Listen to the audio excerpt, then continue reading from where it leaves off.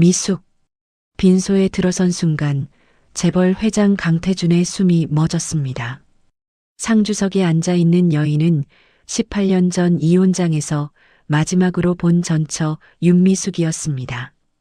흰 머리카락이 섞인 단발머리, 세월의 흔적이 담긴 얼굴. 그녀는 왜 친정 어머니의 상주로 앉아 있는 것일까요? 이혼 후 친정과도 멀어졌을 거라 생각했는데 18년간 홀로 어머니를 모셔온 것이었습니다. 그리고 그 옆에 앉은 중년 여성, 자신의 친딸 서연이었습니다. 딸은 아버지를 발견하고도 차갑게 시선을 피했습니다. 그때 고등학생 또래의 소년이 서연에게 다가가 말했습니다. 엄마, 이쪽 음료 다 떨어졌어. 손자가 있었습니다. 아무도 알려주지 않았습니다. 18년간 자신이 무엇을 잃어버렸는지조차 모르고 살았던 것입니다. 하지만 그는 아직 몰랐습니다. 18년 전 이혼의 진짜 이유와 지금 자신의 곁에 있는 아내가 숨겨온 끔찍한 비밀을. 사연 시작하기 전에 구독 눌러주시면 새로운 사연을 매일 받아보실 수 있어요. 오늘의 사연 시작합니다. 2024년 늦가을 서울 도심의 스카이라인이 붉은 노을에 물들어가고 있었습니다. 성도그룹 본사 50층 회장실에서 강태준이 창가에 서서 저 멀리 한강을 내려다보고 있었습니다. 손에 들린 서류 한 장이 미세하게 떨리고 있었습니다. 심장 판막 이상이라. 태준이 낮게 중얼거리며 서류를 책상 위에 내려놓았습니다. 3년 만에 받은 종합건강검진 결과지였습니다. 그것도 성도의료재단이 아닌 외부 대학병원에서 받은 검사 결과였습니다. 회장님, 왜 이제야 검진을 받으셨습니까? 3년이면 병이 많이 진행됐을 수도 있습니다. 오전에 만난 외부 병원 의사의 말이 귓가에 맴돌았습니다. 태준은 그 말에 아무 대답도 하지 못했습니다. 3년 전 성도의료재단 박 원장은 분명히 경미한 수준이라고 했습니다. 약물 치료로 충분하다고 했습니다. 그 말을 믿고 매일 약을 챙겨 먹었는데 상태가 이 지경이 된 것입니다. 내가 너무 일에만 매달렸나? 태준이 깊은 한숨을 내쉬며 가죽 의자에 몸을 기댔습니다. 67회를 살아오면서 쉬어본 적이 없었습니다. 성도그룹을 일으켜 세우느라, 코스피에 상장시키느라, 사업을 확장하느라 자신의 몸은 늘 뒷전이었습니다. 그때 조심스러운 노크 소리가 들렸습니다. 회장님, 들어가도 되겠습니까? 수석 비서 김현수의 목소리였습니다. 들어와. 김현수가 문을 열고 들어오더니 태준 앞에 스마트폰 화면을 내밀었습니다. 화면에는 부고 문자 하나가 떠 있었습니다. 이게 뭔가? 회장님, 전 장모님이신 박순덕 여사께서 어제 별세하셨다고 합니다. 태준의 눈이 잠시 멈췄습니다. 박순덕? 18년 전 이혼하며 모든 인연을 끊었던 전처 윤미숙의 어머니였습니다. 언제 돌아가셨지? 어제 새벽이라고 합니다. 지병으로 투병 중이셨다고 하고요. 태준은 한동안 아무 말 없이 화면만 응시했습니다. 18년이라는 세월이 주마등처럼 스쳐 지나갔습니다. 조문 여부를 여쭤봐도 되겠습니까? 김현수가 조심스럽게 물었습니다. 태준은 창밖으로 시선을 돌렸습니다. 최근 들어 부쩍 과거를 돌아보는 시간이 많아졌습니다. 건강검진 결과를 받고 나서부터였습니다. 특히 18년 전 이혼 당시 미숙의 모습이 자꾸 떠올랐습니다. 왜 그렇게 담담하게 서류에 도장을 찍었는지, 왜 한 번의 연락도 없었는지, 그 의문이 요즘 들어 자주 마음을 어지럽혔습니다. 더 이상 한 번은 가봐야 하지 않겠나? 알겠습니다. 수행 차량을 준비하겠습니다. 아니, 혼자 갈 거야. 차도 내가 직접 몰고. 김현수가 살짝 놀란 표정을 지었지만 곧 고개를 숙였습니다. 예, 알겠습니다. 저녁 무렵 태주는 눈에 띄지 않는 검은색 중형세단을 직접 몰아 서울 외곽의 장례식장으로 향했습니다. 수행원도 없이 홀로 움직인 것은 이 방문이 성도그룹 회장으로서가 아닌 한 개인으로서의 조문임을 스스로에게 확인하는 것이었습니다. 장례식장 로비는 한산했습니다. 태주는 조문객들 사이에 섞여 빈소로 향하는 복도를 걸었습니다. 화려한 화환이나 기업체 조화는 보이지 않았습니다. 대부분이 동네 주민이나 노인들로 보였습니다. 그것은 박순덕 여사가 18년간 재벌가와 완전히 단절된 채 소박하게 살아왔음을 말해주고 있었습니다. 빈소에 들어선 순간 태준의 발걸음이 멈췄습니다. 상주석에 한 여인이 단정하게 앉아 조문객들의 인사를 받고 있었습니다. 흰 머리카락이 섞인 단발머리, 세월의 흔적이 담긴 얼굴. 그러나 그 눈매만은 18년 전 그대로였습니다. 미숙. 태준의 입에서 저도 모르게 작은 탄식이 새어나왔습니다. 윤미숙이었습니다. 18년 전 이혼장에서 마지막으로 보았던 전처가 바로 눈앞에 있었습니다. 태준은 미숙이 이혼 후 친정과도 사이가 멀어졌을 것이라 막연히 짐작했었습니다. 그러나 눈앞의 현실은 정반대였습니다. 미숙은 상주로서 어머니의 장례를 치르고 있었습니다. 18년간 홀로 된 친정 어머니를 지극정성으로 모셔왔다는 뜻이었습니다. 태준의 가슴이 먹먹해졌습니다. 그때 미숙 옆에 앉은 중년 여성이 눈에 들어왔습니다. 검은 상복을 입은 그 여성의 얼굴 윤곽과 눈매를 자세히 보던 태준의 눈이 크게 떠졌습니다. 서연이, 친딸 강서연이었습니다. 24세 마지막으로 본 딸이 어느새 42의 중년 여성이 되어 있었습니다. 서연은 빈소에 들어선 아버지를 발견하고도 아무런 표정 변화 없이 시선을 피해버렸습니다. 그 차가운 반응에 태준의 가슴이 서늘해졌습니다. 태준은 조용히 조문을 마치고 빈소 한쪽에 섰습니다. 그때 고등학생 또래의 소년 하나가 조문객들에게 음료를 나눠주며 분주하게 움직이는 모습이 눈에 들어왔습니다. 예의 바르고 단정한 모습의 소년이었습니다. 엄마, 이쪽 음료 다 떨어졌어. 더 가져올게. 소년이 서연에게 다가가며 말했습니다. 태준의 심장이 멈추는 듯 했습니다. 손자가 있었습니다. 아무도 알려주지 않았습니다. 알 방법도 없었습니다. 18년간 가족을 버려두고 사업에만 매달렸으니까요. 태준은 더 이상 그 자리에 서 있기가 힘들었습니다. 아무에게도 말을 걸지 못한 채 장례식장을 빠져나왔습니다. 주차장에 도착해 운전석에 앉았지만 시동을 걸 수가 없었습니다. 내가 뭘 한 거지? 태준의 손이 핸들 위에서 떨렸습니다. 18년간 성공과 사업 확장에만 매달리며 무엇을 잃어버렸는지조차 잊고 살았습니다. 딸이 결혼을 했는지, 아이를 낳았는지, 어떻게 살고 있는지 아무것도 몰랐습니다. 아니, 알려고 하지 않았습니다. 그 순간 가슴에서 날카로운 통증이 밀려왔습니다. 태준이 가슴을 움켜쥐며 거친 숨을 몰아쉬었습니다. 최근 진단받은 심장 질환이 다시 고개를 드는 것이었습니다. 같은 시각 서울 강남구 도곡동의 고급 주상복합 펜트하우스에서는 오정희가 개인 비서로부터 보고를 받고 있었습니다. 그래서 회장님이 어디를 갔다고? 전 장모님 장례식장에 다녀오신 것으로 확인됐습니다. 정희의 눈빛이 싸늘하게 변했습니다.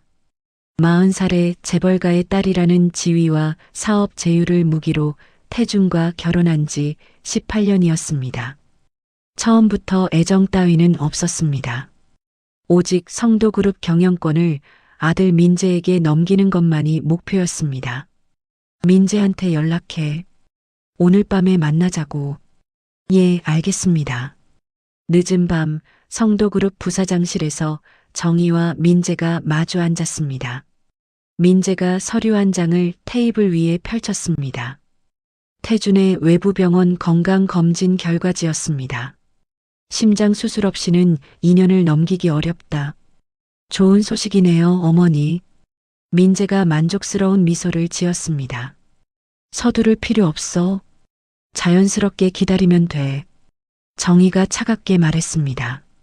그런데 문제가 하나 생겼어. 전처 가족이 다시 나타났잖아. 그게 왜 문제가 되는데요? 너의 아버지가 흔들릴 수 있어. 갑자기 손자가 있다는 걸 알게 됐으니까. 정희의 눈이 매섭게 빛났습니다. 3년 전부터 성도의료재단 박 원장을 매수하여 태준의 검진 결과를 축소 보고하게 한 것도 처방된 심장약의 효능을 떨어뜨리는 성분을 미량 첨가한 것도 모두 이 순간을 위해서였습니다. 그런데 태준이 외부 병원에서 검진을 받은 것은 예상 밖의 변수였습니다. 일단 지켜보자. 하지만 전처 가족 동향은 계속 파악해도. 알겠습니다, 어머니. 한편 장례식장에서는 새벽녘이 되어서야 조문객이 모두 빠졌습니다. 미숙이 홀로 영정사진 앞에 앉아 어머니의 얼굴을 바라보고 있었습니다. 눈물이 볼을 타고 흘러내렸습니다. 엄마, 태준 씨가 왔었어요. 맞죠? 미숙이 영정사진을 향해 낮게 속삭였습니다.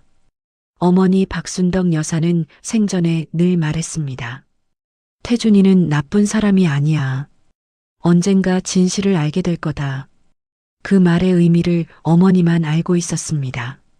미숙은 어머니의 유품을 정리하기 위해 낡은 서랍장을 열다가 이중 바닥 아래에서 봉투 하나를 발견했습니다. 봉투 겉면에는 어머니의 필체가 적혀 있었습니다. 내가 죽거든 미숙이와 태준이에게 전해주오. 미숙의 손이 떨렸습니다. 심장이 철렁 내려앉았습니다. 무엇이 적혀 있는지 두려웠습니다. 18년간 묻어두었던 상처가 다시 헤집어질 것 같았습니다. 미숙은 결국 봉투를 열지 못하고 자신의 가방 깊숙이 넣어두었습니다. 지금은 엄마 보내는 일에만 집중하자. 미숙이 스스로를 다독이며 빈소로 돌아갔습니다. 동이 트기 시작한 창밖으로 차가운 겨울 햇살이 스며들고 있었습니다. 장례를 마친 지 나흘이 지났습니다. 미숙은 어머니가 남긴 봉투를 여전히 열어보지 못한 채 가방에 넣어 다녔습니다. 처음에는 서랍에 넣어두려 했습니다. 그런데 왠지 어머니의 마지막 흔적을 곁에 두고 싶었습니다. 그래서 항상 가방에 넣어 지니고 다녔습니다. 하지만 무엇이 적혀 있을지 두려워 봉투를 열 용기는 나지 않았습니다. 서연은 외할머니 장례 이후 어머니의 변화를 눈치채고 있었습니다. 평소와 달리 멍하니 창밖만 바라보는 날이 많아졌습니다. 엄마 밥 먹어. 죽 끓여놨어. 서연이 식탁에 죽그릇을 내려놓으며 말했습니다. 응, 고마워. 미숙이 힘없이 대답했습니다. 서연은 어머니의 그런 모습이 외할머니를 잃은 슬픔 때문인지 장례식장에서 갑자기 나타났던 아버지 때문인지 분간하기 어려웠습니다. 사실 서연 자신도 18년 만에 본 아버지의 모습이 머릿속에서 떠나지 않았습니다. 흰 머리카락이 부쩍 늘어난 얼굴, 늙어버린 모습, 그 모습이 자꾸 떠올라 복잡한 심경이었습니다. 엄마, 나 가게 나갈게. 오늘 호텔 웨딩 납품 있어서 좀 바빠. 그래, 조심해서 가. 서연이 집을 나서 꽃집으로 향했습니다. 서울 은평구 상가 건물 1층에 있는 서연이네 꽃집이었습니다. 10년째 같은 자리에서 운영해온 작은 화원이었습니다. 가게 문을 열자 직원 한정민이 먼저 와서 꽃 손질을 하고 있었습니다. 대학에서 원예학을 전공하고 7년째 함께 일해온 35살의 청년이었습니다. 사장님 오셨어요? 오늘 웨딩 납품 물량 다 준비해뒀어요. 고마워, 정민 씨. 일찍 나왔네. 호텔에서 오전 10시까지 도착해달라고 해서요. 정민이 서연의 얼굴을 살피며 말했습니다. 근데 사장님, 요즘 많이 안 좋아 보여요. 무슨 일 있으면 말씀하세요. 괜찮아. 좀 피곤해서 그래. 서연이 억지로 웃으며 대답했습니다. 정민은 더 캐묻지 않고 고개를 끄덕였습니다. 그럼 저 배달 다녀올게요. 사장님은 좀 쉬세요. 정민이 준비한 꽃 상자들을 들고 가게를 나섰습니다. 서연은 텅 빈 가게에 혼자 남아 한숨을 내쉬었습니다. 같은 시각 성도그룹 본사 회장실에서 태주는 업무에 집중하지 못하고 있었습니다. 서류를 펼쳐놓고도 눈에 들어오지 않았습니다. 자꾸 장례식장에서 본 미숙과 서연, 그리고 손자의 얼굴이 떠올랐습니다. 현수야. 예, 회장님. 비서 김현수가 다가왔습니다. 전처 가족. 지금 어떻게 살고 있는지 알아볼 수 있나?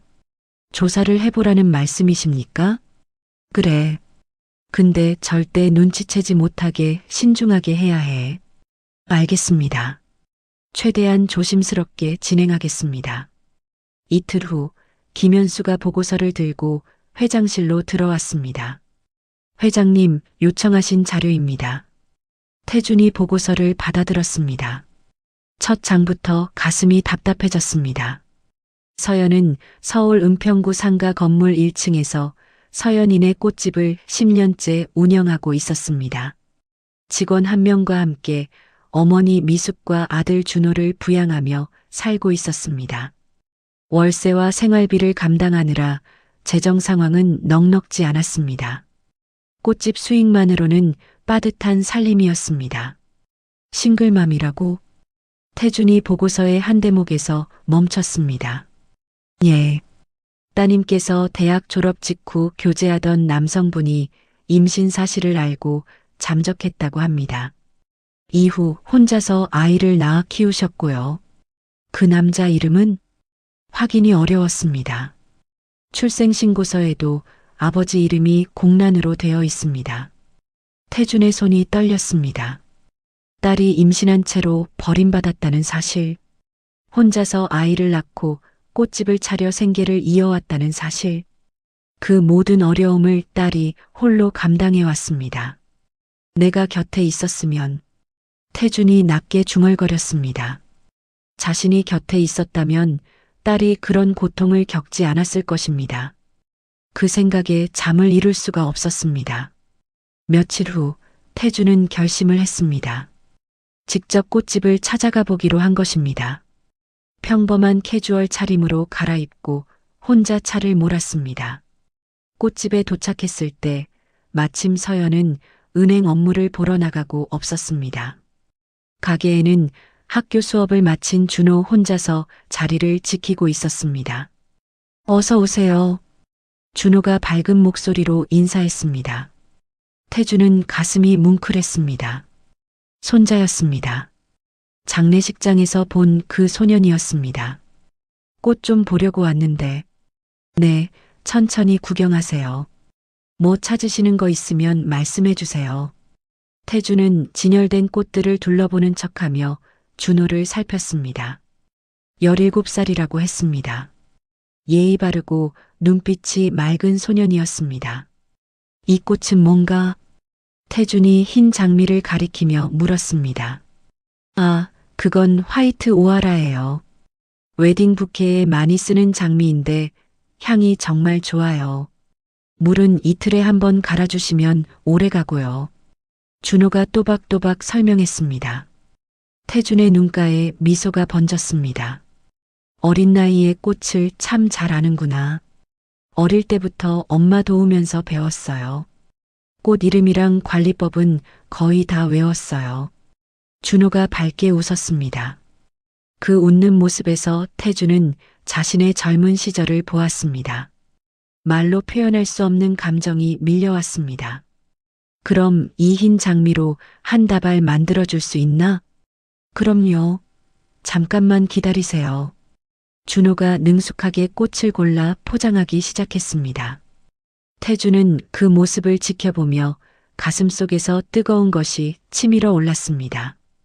꽃집을 나서는 태준의 뒤를 누군가 사진으로 찍고 있었습니다. 건물 맞은편 카페에 앉아있던 남자였습니다. 정희가 6개월 전부터 남편 감시를 위해 고용해둔 사설 탐정이었습니다. 탐정이 스마트폰을 꺼내 정희에게 연락했습니다. 네, 접니다. 회장님이 방금 전처 딸의 꽃집에서 나오셨습니다. 사진 보내드리겠습니다. 정희는 전송받은 사진을 보며 얼굴을 굳혔습니다. 불쾌감을 넘어 강한 경계심이 일었습니다. 그날 저녁 정희는 강남의 고급 레스토랑 VIP룸에 아들 민재를 불렀습니다. 무슨 일이세요, 어머니? 급하게 부르시고. 민재가 자리에 앉으며 물었습니다. 너의 아버지가 오늘 전처 딸 꽃집에 갔다 왔어. 뭐요? 왜요? 그걸 내가 어떻게 알아? 장례식장에 간 것도 모자라서 이제 꽃집까지 찾아가고 있어. 정희의 목소리에 날이 서 있었습니다. 민재가 와인잔을 만지작거리며 말했습니다. 걱정 마세요, 어머니. 꽃집 하나 문 닫게 하는 건 일도 아니에요. 무슨 수가 있어? 제가 대표로 있는 민재개발 있잖아요. 그 꽃집이 입주한 상가 건물, 재개발 구역으로 밀어버리면 돼요. 정희의 눈이 반짝였습니다. 그게 가능해? 성도건설이 투자자로 들어가 있으니까 인허가 받는 건 어렵지 않아요. 건물주한테 시세보다 높은 가격 제시하면 바로 넘어올 거고요. 그래, 그렇게 해. 빨리 움직여. 민재가 고개를 끄덕이며 스마트폰을 꺼냈습니다. 곧바로 민재개발 실무이사에게 연락을 넣었습니다. 나야. 은평구 쪽 상가 건물 하나 매입건 진행해. 재개발 인허가도 최대한 빠르게 밀어붙여. 전화를 끄는 민재가 어머니를 향해 웃었습니다. 금방 처리될 거예요. 걱정 마세요. 열흘 후 서연은 가게에서 내용 증명 한 통을 받았습니다. 봉투를 뜯고 내용을 확인하는 서연의 얼굴이 하얗게 질렸습니다. 재개발 예정으로 2달 내 퇴거 요청. 손이 떨렸습니다. 10년간 같은 자리에서 꽃집을 운영하며 쌓아온 모든 것이었습니다. 단골 고객들, 지역 내 신용, 그것들을 하루아침에 잃게 될 위기였습니다. 이게 무슨... 서연의 눈앞이 캄캄해졌습니다. 그날 밤 서연은 한숨도 자지 못했습니다. 어머니에게는 차마 말할 수가 없었습니다. 외할머니를 잃은 직후라 정서적으로 불안정한 상태였기 때문입니다. 서연은 홀로 인터넷에서 법률 정보를 검색했습니다. 상가 임대차 보호법, 계약갱신 요구권, 복잡한 법률 용어들이 머리를 어지럽혔습니다. 무엇을 어떻게 해야 할지 막막하기만 했습니다. 며칠 후 태준이 다시 꽃집 인근을 지나게 되었습니다. 그때 서연이 내용 증명을 들고 건물 관리인과 말다툼을 하고 있는 장면이 눈에 들어왔습니다. 아니, 갑자기 2달 안에 나가라니 그게 말이 돼요. 서연의 목소리가 떨리고 있었습니다. 그 절박한 표정을 본 태준의 가슴이 철렁 내려앉았습니다. 현수야, 급한 일이 생겼어. 태준이 비서에게 전화를 걸었습니다. 저 상가 재개발 프로젝트 있잖아. 실소유주가 누군지, 의결권자가 누군지 긴급하게 조사해. 알겠습니다, 회장님. 다음 날 김현수가 조사 결과를 가져왔습니다. 보고서를 읽는 태준의 얼굴이 굳어졌습니다. 상가를 인수한 민재개발의 최대 지분 보유자는 오민재였습니다. 민재개발의 배후에는 성도건설이 투자자로 참여하고 있었습니다. 성도건설의 경영 일선을 맡고 있는 것도 민재였습니다. 이 자식이... 태준의 주먹이 떨렸습니다. 의부사들이 전처의 딸을 의도적으로 쫓아내려 하고 있었습니다. 분노가 치밀었습니다. 하지만 태준은 아직 직접 나서지 않기로 했습니다. 더 많은 증거를 모아야 했습니다. 그날 저녁 태준은 집에서 정희와 마주 앉았습니다. 아무것도 모르는 척 평소처럼 행동했습니다. 요즘 민재가 부동산 쪽으로 사업을 확장한다던데 잘 되어가나? 정희의 얼굴에 잠시 당황한 기색이 스쳤습니다. 젊은이들 하는 일이니 저도 자세히는 몰라요.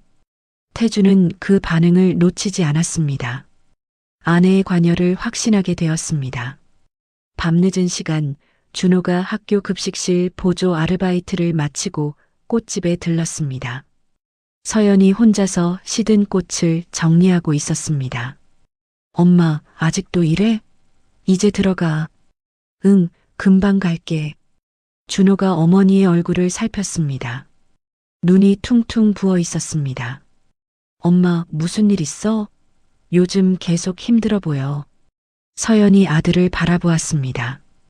17살밖에 안 된 아이에게 짐을 지우고 싶지 않았습니다. 괜찮아. 곧 해결될 거야. 서연이 억지 미소를 지었습니다. 준호는 더 캐묻지 않았습니다. 대신 어머니 옆에 앉아 묵묵히 꽃 정리를 도왔습니다.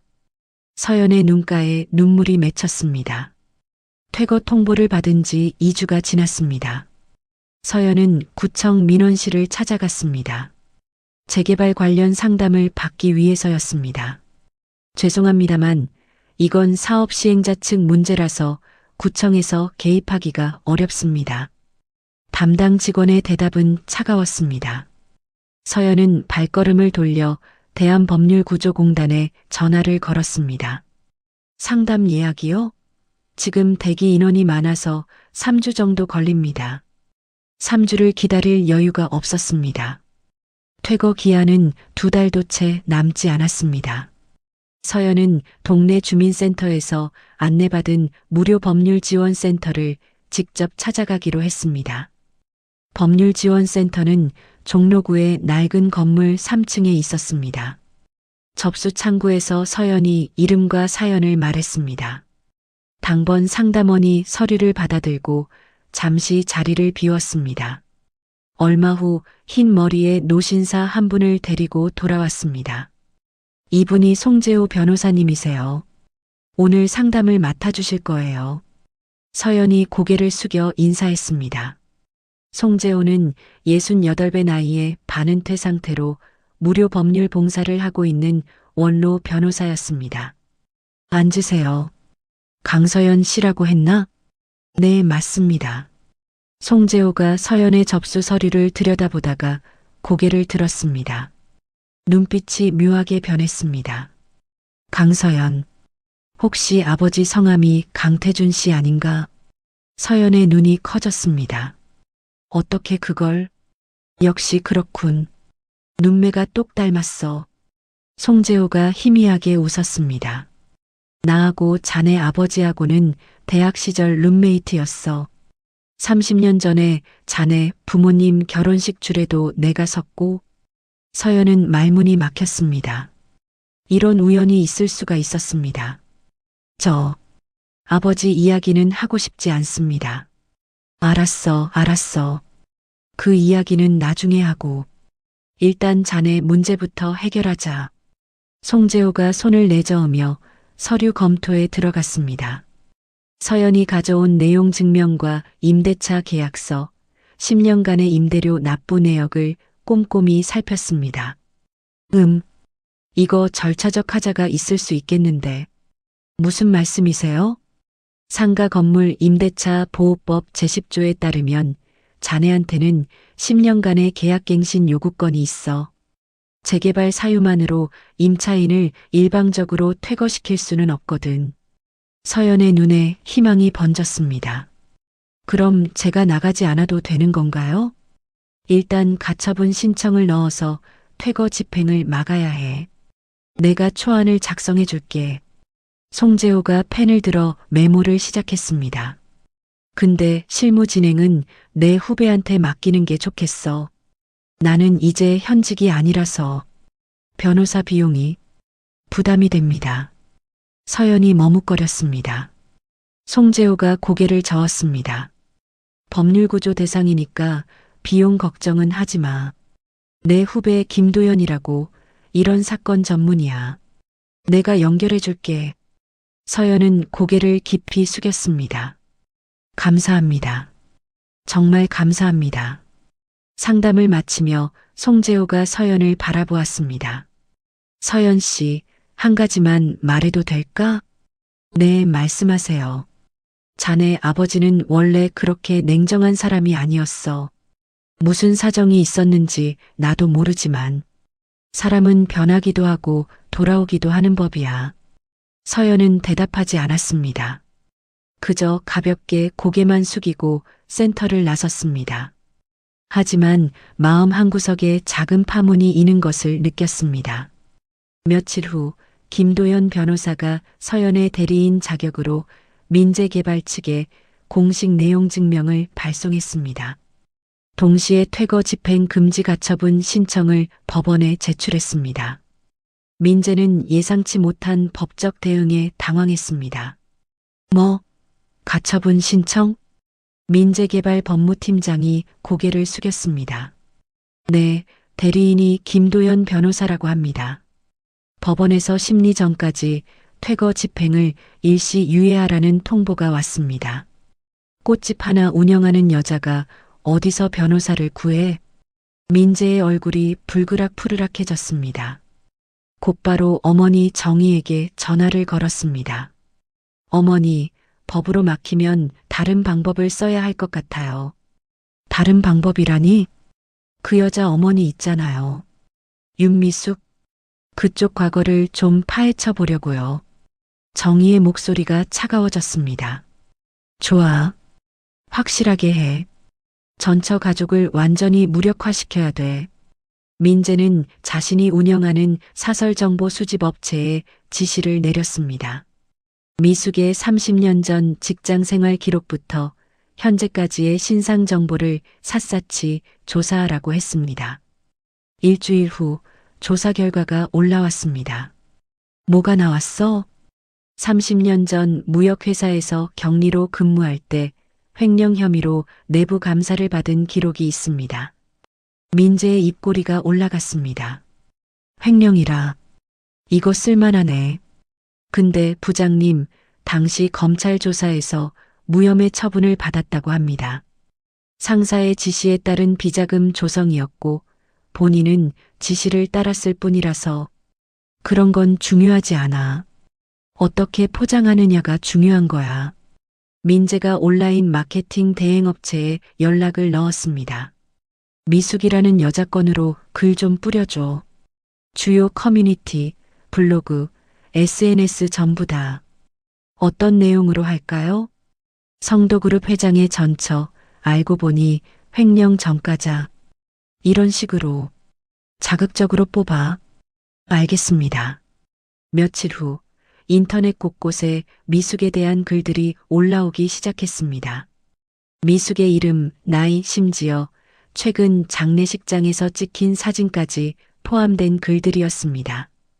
준호가 학교 점심시간에 친구의 스마트폰으로 커뮤니티를 보다가 그 글을 발견했습니다. 처음에는 동명이인일 거라고 생각했습니다.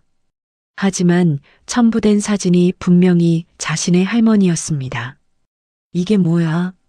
준호의 얼굴이 하얗게 질렸습니다. 오후 수업을 제대로 듣지 못했습니다. 집에 돌아오자마자 서연에게 말했습니다. 엄마, 이것 좀 봐. 준호가 스마트폰 화면을 내밀었습니다. 서연의 눈이 커졌습니다. 이게 뭐야? 서연이 떨리는 손으로 화면을 스크롤했습니다. 글이 한두 개가 아니었습니다. 여러 사이트에 동시에 퍼져 있었습니다. 할머니가 횡령을 했다고? 말도 안 돼. 할머니가 그런 분이야?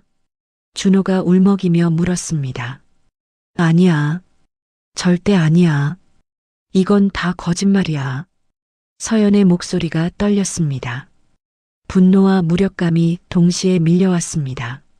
서연은 즉시 해당 게시물들에 삭제 요청을 넣었습니다.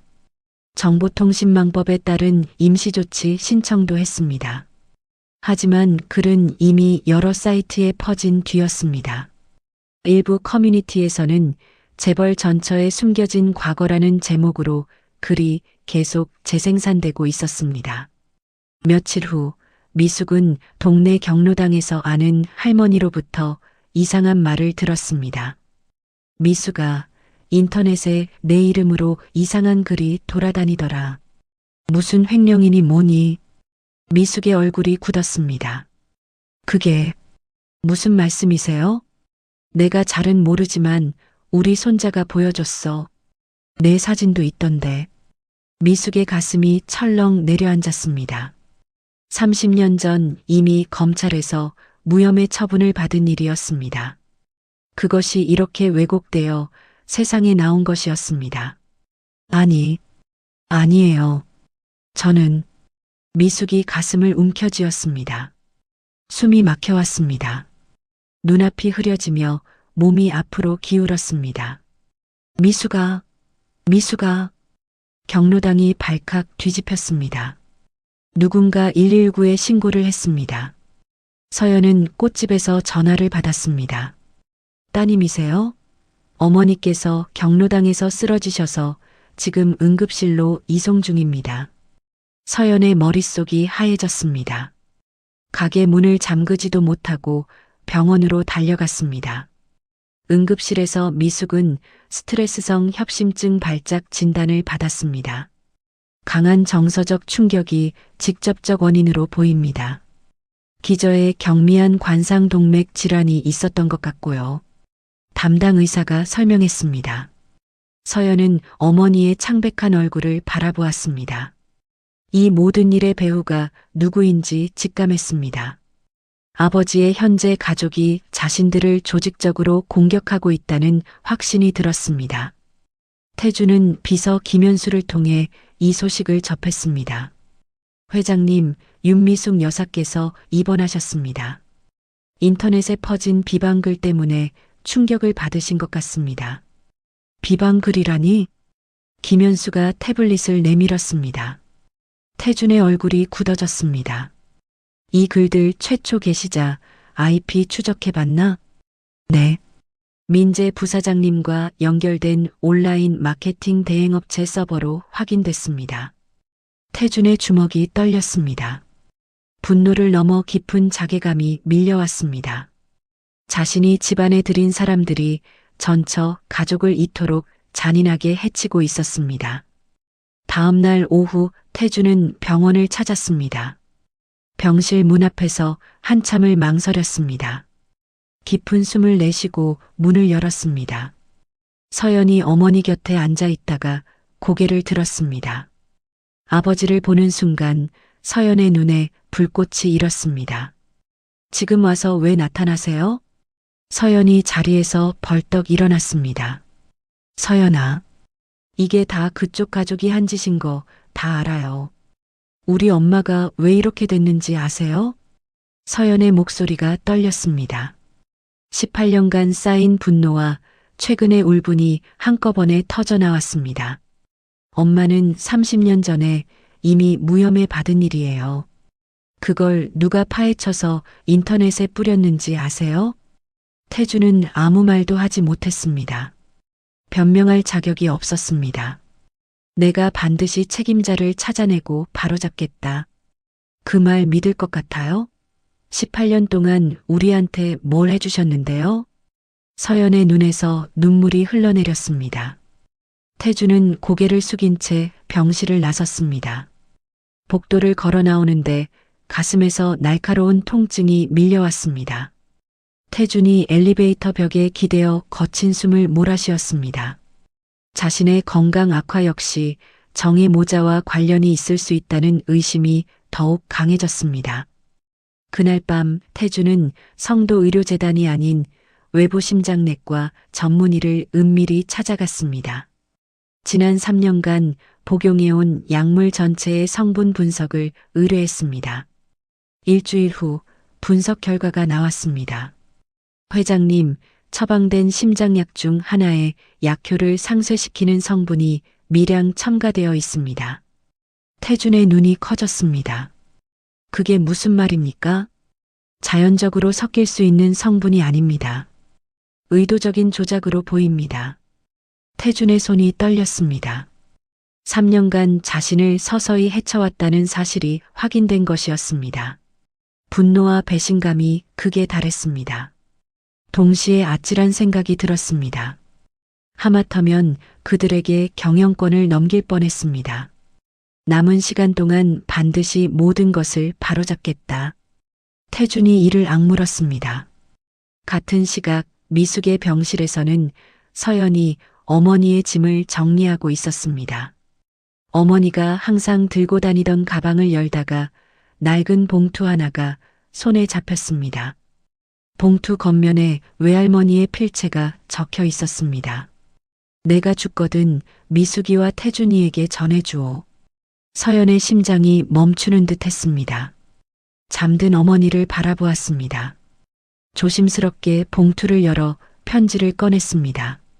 4장의 편지지가 들어 있었습니다. 서연은 떨리는 손으로 첫 장을 펼쳤습니다. 편지의 첫 장에는 외할머니의 떨리는 글씨가 빼곡히 적혀 있었습니다. 미숙아, 그리고 태준아. 내가 이 세상을 떠난 뒤에 이 편지를 읽고 있겠구나. 18년 전 일을 이제야 털어놓는다. 서연의 눈이 글씨를 따라 움직였습니다. 그해 봄, 오정이라는 여자 쪽에서 사람을 보내왔다. 미숙이가 30년 전 회사에서 내부 감사를 받은 기록을 들고 왔더구나. 그자가 말하길 이 사실을 언론에 폭로하면 갓 상장한 성도그룹 주가가 폭락할 것이고 태준이가 평생 쌓아온 모든 것이 무너질 거라고 했다. 서연의 손이 떨리기 시작했습니다. 그 협박을 들은 미숙이는 며칠 밤을 뜬 눈으로 지새웠다. 나는 딸에게 싸우라고 했다. 그까짓 건 무섭지 않다고 진실을 말하면 된다고 했다. 하지만 미숙이는 고개를 저었다. 엄마, 태준 씨가 얼마나 힘들게 여기까지 왔는지 알잖아요. 내 과거 때문에 그 사람 인생이 무너지는 건 못 봐요. 미숙이는 그렇게 말하고는 스스로 이혼 서류에 도장을 찍었다. 서연의 눈에서 눈물이 흘러내렸습니다. 어머니가 왜 그토록 담담하게 이혼에 응했는지 이제야 알 것 같았습니다. 2번째 장으로 넘어갔습니다. 미숙이는 이혼 후에도 태준이를 단 한 번도 원망하지 않았다. 오히려 자기 과거가 남편에게 짐이 될까봐 스스로 떠난 것이었다. 나는 그런 딸이 안쓰러워서 가슴이 찢어지는 것 같았다. 18년 동안 미숙이는 혼자서 모든 짐을 지고 살았다. 서연이 키우는 것도 나를 모시는 것도 전부 혼자 힘으로 해냈다. 서연은 소리 없이 흐느꼈습니다. 어머니의 희생을 이제야 알게 된 것이 너무 늦은 것 같아 가슴이 아팠습니다. 3번째 장에는 외할머니 본인의 회한이 담겨 있었습니다. 나는 딸이 그토록 큰 희생을 하는 것을 알면서도 막지 못했다. 그게 평생 한이 되었다. 3개월 전에 태준이에게 편지를 보냈다. 이제라도 진실을 알려야겠다고 생각했다. 하지만 답장이 없었다. 태준이가 여전히 과거를 외면하고 있다고 생각했다. 그래서 직접 찾아가지도 못하고 이렇게 편지로만 남긴다. 서연의 눈이 그 대목에서 멈췄습니다. 3개월 전에 편지를 보냈는데 답장이 없었다고 했습니다. 아버지가 정말 그 편지를 받고도 무시한 것일까요? 아니면 다른 이유가 있는 것일까요? 4번째 장은 마지막 당부였습니다. 이 편지가 태준이에게 전해진다면 그가 진실을 알고 미숙이를 다시 찾아주길 바란다. 내 딸은 18년간 단 한 번도 태준이를 원망한 적이 없다. 태준아, 네가 이 편지를 읽고 있다면 제발 미숙이를 찾아가다오. 그 아이는 아직도 너를 기다리고 있단다. 서연은 편지를 가슴에 안고 한참을 울었습니다. 병실 창문으로 새벽빛이 스며들고 있었습니다. 아침이 되어 미숙이 눈을 떴습니다. 서연아, 너 밤새 안 잤어? 엄마 괜찮아? 서연이 어머니의 손을 잡았습니다. 한참을 망설이다가 입을 열었습니다.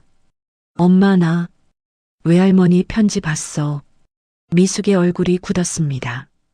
그걸 봤구나. 엄마가 왜 그랬는지 이제 알 것 같아. 18년 동안 얼마나 힘들었어? 미숙의 눈에 눈물이 고였습니다. 엄마가 그런 걸 남겨뒀을 줄은 몰랐어. 나는 그냥 조용히 묻어두려고 했는데. 엄마, 이거 아버지한테 알려야 하지 않을까? 미숙이 고개를 돌렸습니다. 창밖을 바라보며 한참을 침묵했습니다.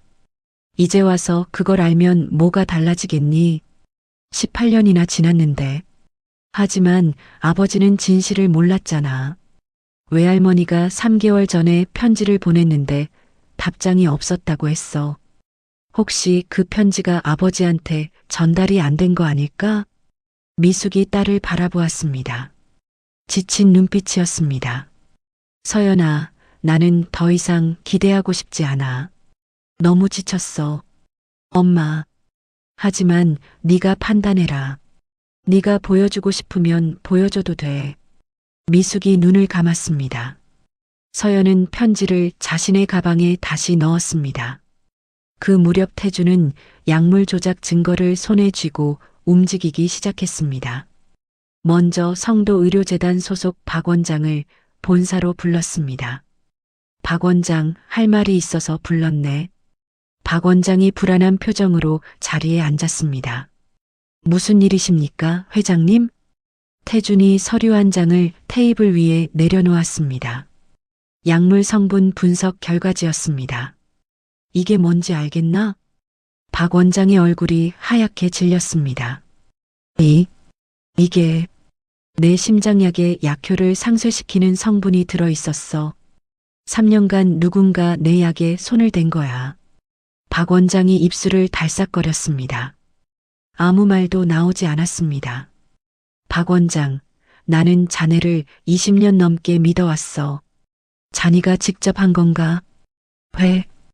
회장님, 저는 누구 지시를 받은 건가? 솔직하게 말해. 지금 말하면 봐줄 수 있어. 박 원장의 이마에 식은땀이 흘렀습니다. 손이 떨리기 시작했습니다. 저도 어쩔 수가 없었습니다. 누구야? 오 여사 쪽에서 압박이 있었습니다. 태준의 눈이 차갑게 빛났습니다. 오 여사가 뭐라고 했지? 검진 결과를 축소 보고하라고 했습니다. 그리고 처방약에 성분을 조금 섞으라고. 3년 전부터? 네. 태준이 자리에서 일어났습니다. 박 원장, 지금 한 말 진술서로 작성해. 그리고 내일부로 재단에서 나가. 회장님, 검찰 고발은 내가 판단해서 결정하겠네. 일단 진술서부터 써. 박 원장이 고개를 떨구었습니다. 더 이상 변명할 여지가 없었습니다. 그날 저녁 태주는 강남 집으로 돌아왔습니다. 거실에서 정희가 소파에 앉아 있었습니다. 어머, 오늘은 일찍 들어오셨네요. 당신하고 할 이야기가 있어서. 태준이 정의 맞은편에 앉았습니다. 테이블 위에 서류 2장을 내려놓았습니다. 이게 뭔지 알겠어? 정희가 서류를 집어들었습니다. 박 원장의 진술서와 약물 분석 결과지였습니다. 정희의 눈동자가 흔들렸습니다. 내 약에 손을 댄 건 누구야? 무슨 말씀이세요? 저는 모르는 일이에요. 박 원장이 다 털어놨어. 당신 짓이었다고. 정희의 얼굴이 굳었습니다. 더 이상 모른 척할 수 없었습니다. 18년 전 미숙에게 협박을 한 것도 당신이지? 정희가 입술을 깨물었습니다. 잠시 침묵이 흘렀습니다. 그 여자가 스스로 물러난 거예요. 저는 그저 사실을 알려줬을 뿐이에요. 태준의 가슴에 불이 붙었습니다. 사실을 알려줬다고? 당신이 협박해서 쫓아낸 거잖아. 협박이 아니에요. 그 여자 과거가 당신한테 짐이 될 거라고 말해준 것뿐이에요. 그래서 18년 동안 나를 속인 거야? 약까지 조작하면서. 정희가 고개를 들었습니다. 눈빛이 차가워졌습니다. 당신이 너무 오래 살면 안 되니까요. 민재한테 회사를 넘겨야 하는데 당신이 버티고 있으니까. 태주는 그 말에 할 말을 잃었습니다. 30년간의 결혼이 처음부터 기만이었다는 사실이 가슴을 짓눌렀습니다. 이혼하겠어. 태준이 낮은 목소리로 말했습니다. 이혼 소송 시작할 거야. 약물 조작건은 상해죄로 형사 고소할 수도 있지만 가족들한테 더 이상 상처 주기 싫어서 민사로만 처리하겠어. 정의의 눈이 커졌습니다. 대신 민재의 성도그룹 내 모든 직위는 해임이야. 명예훼손건은 형사 고소 예정대로 진행하고 당신이 후회하게 될 거예요. 내 변호사들이 가만히 있지 않을 거야. 정의가 이를 악물며 말했습니다. 태준이 자리에서 일어났습니다. 18년 동안 당신 때문에 가족을 잃었어. 더 이상 잃을 것도 없어. 태준은 뒤도 돌아보지 않고 방을 나섰습니다. 그날 밤 태준은 강남의 호텔에 장기 투숙을 예약했습니다. 정의와의 별거가 시작된 것이었습니다. 며칠 후 서연은 어머니의 건강이 안정되자 송재호 변호사를 다시 찾아갔습니다. 가처분 신청 결과가 다음 주에 나올 예정이야. 일단 좋은 쪽으로 가고 있어. 감사합니다, 변호사님. 송재호가 서연을 바라보았습니다. 서연 씨, 한 가지 제안이 있어. 네. 내가 태준이한테 직접 연락해서 세 사람이 함께 만나는 자리를 주선해 볼까 해. 서연의 표정이 굳어졌습니다. 아버지와는 만나고 싶지 않아요. 알아. 하지만 이 문제를 풀려면 결국 태준이가 움직여야 해. 민재개발 뒤에 성도건설이 있고 성도건설은 태준이 회사잖아. 서연은 입술을 깨물었습니다. 외할머니의 편지가 머릿속에 떠올랐습니다. 어머니의 희생을 아버지에게 알려야 한다는 생각이 점점 강해지고 있었습니다. 저 아버지한테 직접 전해드리고 싶은 게 있어요. 뭔데? 외할머니가 남긴 편지예요. 아버지가 꼭 알아야 할 내용이 있어서. 송재호가 고개를 끄덕였습니다. 그래, 그럼 만남을 주선할게. 며칠 후 서울 종로구 인사동의 조용한 전통 찻집에서 태준과 서연이 마주 앉았습니다. 18년 만에 제대로 얼굴을 맞대고 앉는 자리였습니다. 송재호가 가운데에서 분위기를 풀어주었습니다. 두 사람 다 내 오랜 인연이야. 오늘은 감정 내려놓고 이야기해보자. 태준이 먼저 입을 열었습니다. 서연아, 아빠가 정말 미안하다. 얼마나 어리석었는지 이제야 알겠다. 서연은 대답하지 않았습니다. 태준이 계속 말했습니다. 사업 성공한다고 가족을 버린 게 내 인생 최대의 실수였어. 최근에 알게 됐어. 정의하고 민재가 뒤에서 무슨 짓을 했는지. 태준의 눈에 눈물이 맺혔습니다. 모든 게 나의 무지와 무관심 때문이었어. 용서해달라고 말할 자격도 없다는 거 알아. 서연은 아버지의 눈물을 보며 마음이 흔들렸습니다. 하지만 쉽게 말이 나오지 않았습니다. 쉽게 용서하기는 어려워요. 18년이에요. 알아. 충분히 이해해. 서연이 가방에서 봉투 하나를 꺼냈습니다. 이건 외할머니가 돌아가시기 전에 남긴 거예요. 엄마가 아버지께 전하라고 했어요. 태준이 떨리는 손으로 봉투를 받았습니다. 편지를 펼쳐 읽기 시작했습니다. 글씨를 따라 눈이 움직일수록 태준의 얼굴이 일그러졌습니다. 눈물이 볼을 타고 흘러내렸습니다. 편지를 다 읽은 태준은 한참 동안 아무 말도 하지 못했습니다. 미숙이가 나 때문에. 목소리가 떨렸습니다. 내가 미숙에게 직접 사과해야겠다. 18년 동안 그녀가 지고 있던 짐을 이제야 알았어. 서연은 아버지의 진심이 느껴졌습니다. 고개를 끄덕였습니다. 엄마가 퇴원하시면 우리 집으로 찾아오세요. 태준이 고개를 들었습니다.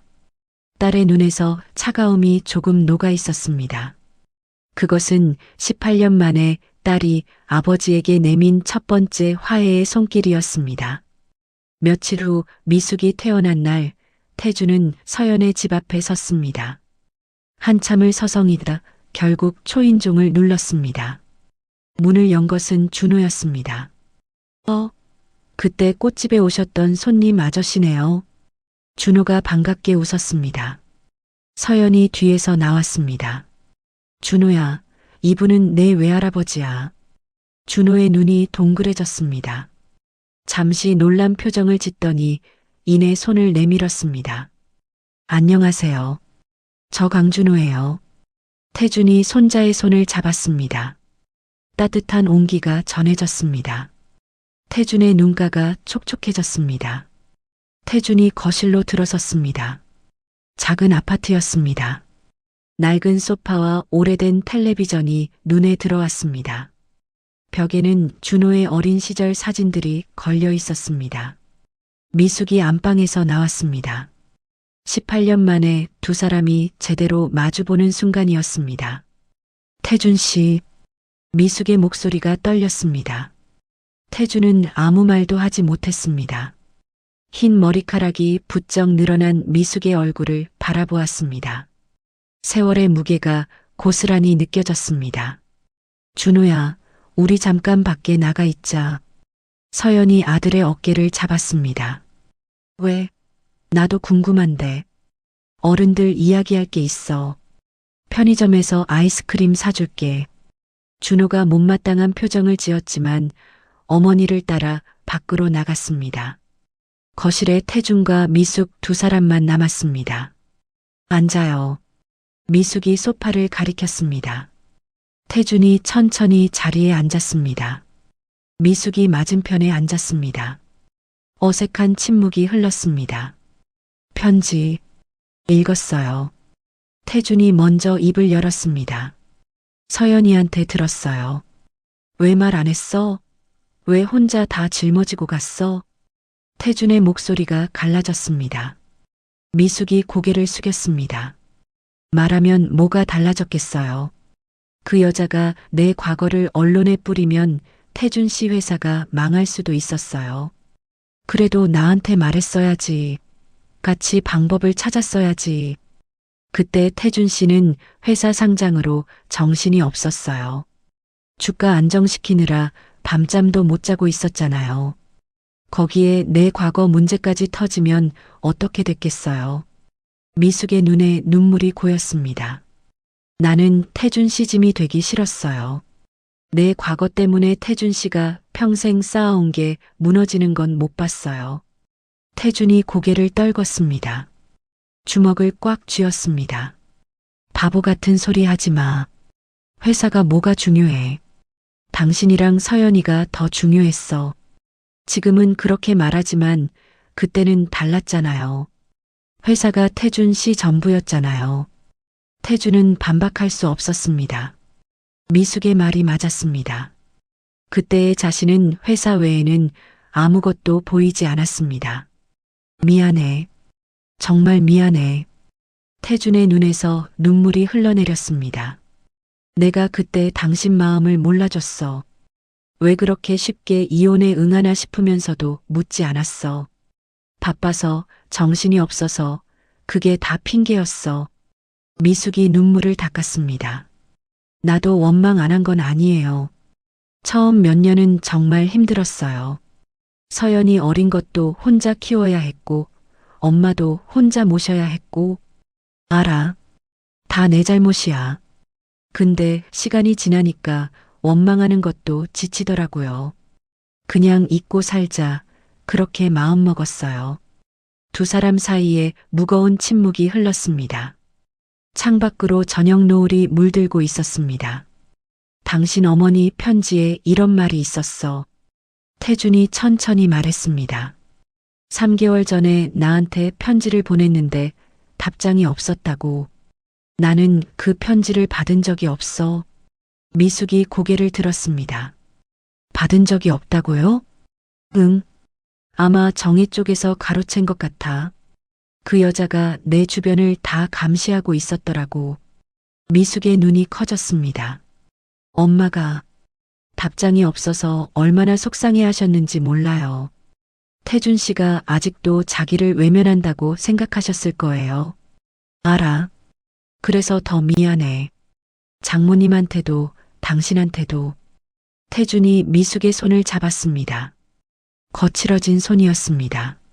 18년간 혼자서 가족을 지켜온 손이었습니다. 미숙아, 이제라도 다시 시작하면 안 될까? 미숙이 손을 빼며 고개를 저었습니다. 태준 씨, 우리가 무슨 사이예요? 18년이나 지났어요. 알아. 갑자기 예전처럼 되자는 게 아니야. 그냥 천천히 다시 알아가면 안 될까? 쉽지 않을 거예요. 알아. 하지만 해보고 싶어. 남은 시간이라도 제대로 살고 싶어. 미숙이 태준을 바라보았습니다. 늙어버린 얼굴이었습니다. 하지만 눈빛만은 진심이 담겨 있었습니다. 생각해 볼게요. 미숙이 작은 목소리로 대답했습니다. 그때 현관문이 열리며 서연과 준호가 들어왔습니다. 다 얘기했어요? 서연이 조심스럽게 물었습니다. 응, 이제 막 끝났어. 미숙이 눈가를 훔치며 대답했습니다. 준호가 아이스크림을 들고 태준에게 다가왔습니다. 외할아버지, 아이스크림 드실래요? 제가 골랐어요. 태준의 얼굴에 미소가 번졌습니다. 고맙다, 준호야. 아이스크림을 받아들며 태준은 손자의 얼굴을 바라보았습니다. 자신의 젊은 시절과 닮은 이목구비였습니다. 준호야, 외할아버지가 너한테 사과해야 할 게 있어. 저한테요? 응. 17년 동안 네가 있는 줄도 몰랐어. 내 엄마가 얼마나 힘들게 너를 키웠는지도 몰랐고 다 외할아버지 잘못이야. 준호가 고개를 갸웃거렸습니다. 사실 저도 외할아버지가 있는 줄 몰랐어요. 엄마가 말 안 해줘서. 서연이 민망한 표정을 지었습니다. 준호야, 그건 괜찮아요, 엄마. 이유가 있었겠죠. 준호가 밝게 웃었습니다. 근데 외할아버지, 저 궁금한 거 있어요. 뭔데? 그날 꽃집에 진짜 꽃 사러 오신 거예요? 아니면 저 보러 오신 거예요? 태준이 잠시 멈칫했습니다. 서연과 미숙이 태준을 바라보았습니다. 솔직히 말하면 너 보러 갔어. 역시 그럴 줄 알았어요. 준호가 씩 웃었습니다. 손님이 꽃은 하나도 안 보고 저만 계속 쳐다봐서 좀 이상했거든요. 태준이 민망하게 웃었습니다. 그랬구나. 티가 많이 났어? 네, 많이요. 근데 눈빛이 나쁜 사람 같지는 않아서 그냥 친절하게 대해드렸어요. 서연이 아들의 머리를 쓰다듬었습니다. 우리 준호가 원래 눈치가 빨라요. 거실에 오랜만에 웃음소리가 퍼졌습니다. 어색하지만 따뜻한 시간이었습니다. 태준이 자리에서 일어났습니다. 오늘은 이만 가볼게. 너무 오래 있으면 부담될 테니까. 벌써요? 저녁이라도 드시고 가시지. 서연이 말했습니다. 태준이 고개를 저었습니다. 오늘은 여기까지만 할게. 다음에 또 올 수 있을까? 서연이 미숙을 바라보았습니다. 미숙이 작게 고개를 끄덕였습니다. 네, 또 오세요. 서연이 대답했습니다. 태준의 눈가가 촉촉해졌습니다. 고마워, 서연아. 기회를 줘서 고마워. 현관문을 나서려던 태준이 잠시 멈췄습니다. 서연아, 꽃집 문제는 내가 해결할게. 민재한테 손대지 못하게 하겠어. 아버지가 어떻게요? 민재개발 뒤에 성도건설이 있어. 성도건설은 내 회사야. 내가 투자금 회수하고 프로젝트 중단시키면 돼. 서연의 눈이 커졌습니다. 그게 가능해요? 응. 이사회 소집해서 결의하면 돼. 다음 주 안에 처리할게. 아버지. 그리고 민재는 명예훼손으로 형사 고소할 거야. 내 어머니한테 한 짓은 절대 용서 못해. 태준의 눈빛이 단호했습니다.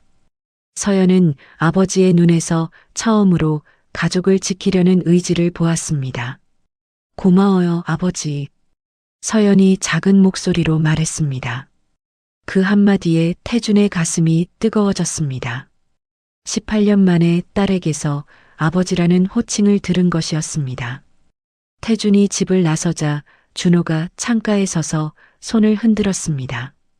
외할아버지, 다음에 또 와요. 태준이 손을 들어 화답했습니다. 차에 오른 뒤에도 한참을 떠나지 못했습니다. 핸들 위에 얼굴을 묻고 소리 없이 울었습니다. 잃어버린 18년은 되돌릴 수 없었습니다. 하지만 남은 시간은 달라질 수 있었습니다. 태준은 그 시간을 위해 모든 것을 바로잡기로 마음먹었습니다. 다음 날 아침 태준은 성도그룹 본사로 출근했습니다. 비서 김현수가 일정표를 들고 기다리고 있었습니다. 회장님, 오늘 오전에 이사회 소집 가능합니다. 안건은 성도건설의 민재개발 투자금 회수건으로 올려놓았습니다. 좋아. 바로 시작하지. 그리고 명예훼손 고소장은 어제 로펌에서 검토 완료했습니다. 회장님 결제만 하시면 바로 접수됩니다. 태준이 고소장을 받아들었습니다. 민재의 이름이 적혀 있었습니다. 펜을 들어 결제란에 서명했습니다. 접수해. 알겠습니다. 김현수가 서류를 들고 나갔습니다. 태준은 창밖을 바라보았습니다. 서울의 스카이라인이 아침 햇살에 빛나고 있었습니다. 이제 시작이다. 태준이 낮게 중얼거렸습니다. 정의 모자와의 싸움은 이제부터였습니다. 하지만 두렵지 않았습니다. 지켜야 할 가족이 생겼기 때문이었습니다. 성도그룹 본사 20층 대회의실에 이사진이 모였습니다. 태준이 상석에 앉아 회의 시작을 알렸습니다. 오늘 긴급 안건은 성도건설의 민재개발 투자금 회수건입니다. 이사들 사이에서 술렁임이 일었습니다. 민재개발은 오민재가 대표로 있는 회사였습니다. 회장의 의부사들 회사에서 투자금을 회수한다는 것은 예사로운 일이 아니었습니다. 회장님, 갑자기 투자금 회수라니요. 무슨 일이 있습니까? 사회이사 한 명이 물었습니다. 민재개발이 진행 중인 은평구 상가 재개발 프로젝트에 문제가 있습니다. 절차적 하자가 발견됐고 현재 법원에 가처분 신청까지 들어간 상태입니다. 그 정도로 투자금을 회수해야 합니까? 그것만이 아닙니다. 태준이 서류 한 뭉치를 테이블 위에 올렸습니다. 민재개발 대표 오민재가 특정 개인에 대한 명예훼손을 저질렀습니다. 허위 사실을 유포해서 피해자가 병원에 입원까지 했습니다. 이런 회사에 성도건설 이름을 걸어둘 수 없습니다. 이사들의 표정이 굳어졌습니다. 명예훼손이라는 단어가 무겁게 회의실에 걸렸습니다. 투자금 회수에 찬성하시는 분은 거수해 주십시오. 태준의 말이 끝나자 이사들이 하나둘 손을 들었습니다. 과반수가 넘었습니다. 가결되었습니다. 성도건설은 민재개발에 대한 투자금을 즉시 회수하고 해당 프로젝트에서 철수합니다. 회의가 끝난 뒤 태준은 곧바로 인사위원회를 소집했습니다. 안건은 오민재 부사장의 직위 해임이었습니다. 오민재 부사장은 개인 회사를 통해 그룹 이미지에 심각한 손상을 끼쳤습니다. 성도그룹 내 모든 직위에서 해임을 요청합니다. 인사위원회는 만장일치로 해임안을 통과시켰습니다. 태준이 회장실로 돌아왔을 때 비서 김현수가 보고를 올렸습니다. 회장님, 명예훼손 고소장 접수 완료됐습니다. 수고했어. 그리고 오 여사께서 면담을 요청하셨습니다. 태준의 눈이 차가워졌습니다. 만날 생각 없어. 앞으로 오 여사나 오민재가 본사에 오면 출입을 막아. 알겠습니다. 같은 시각 강남의 고급 레스토랑에서 정희와 민재가 마주 앉아 있었습니다. 민재의 얼굴이 불그락푸르락했습니다. 어머니, 이게 말이 돼요? 아버지가 저를 해임했어요. 알아. 나도 들었어. 정희의 목소리도 떨리고 있었습니다. 투자금 회수에 직위해임이면 끝이에요. 제가 뭘 그렇게 잘못했다고. 목소리 낮춰. 사람들이 봐. 민재가 이를 악물었습니다. 명예훼손으로 고소까지 당했어요. 형사고소라고요. 뭐, 형사고소? 정희의 얼굴이 굳어졌습니다. 그 윤미숙이라는 여자 과거 퍼뜨린 게 명예훼손이래요. 경찰에서 출석 요구가 왔어요. 정희가 테이블을 쳤습니다. 물잔이 흔들렸습니다. 그 남자가 완전히 미쳤군. 가족을 상대로 고소를 해? 어머니, 어떻게 해요? 저 이대로 당하고만 있어야 해요? 정희가 잠시 생각에 잠겼습니다. 눈빛이 매섭게 빛났습니다. 당하고만 있을 순 없지. 우리도 싸워야 해. 어떻게요? 이혼 소송에서 최대한 끌어내야 해. 재산 분할, 위자료. 그리고 네가 아버지 회사에서 일한 공로도 주장해야 하고.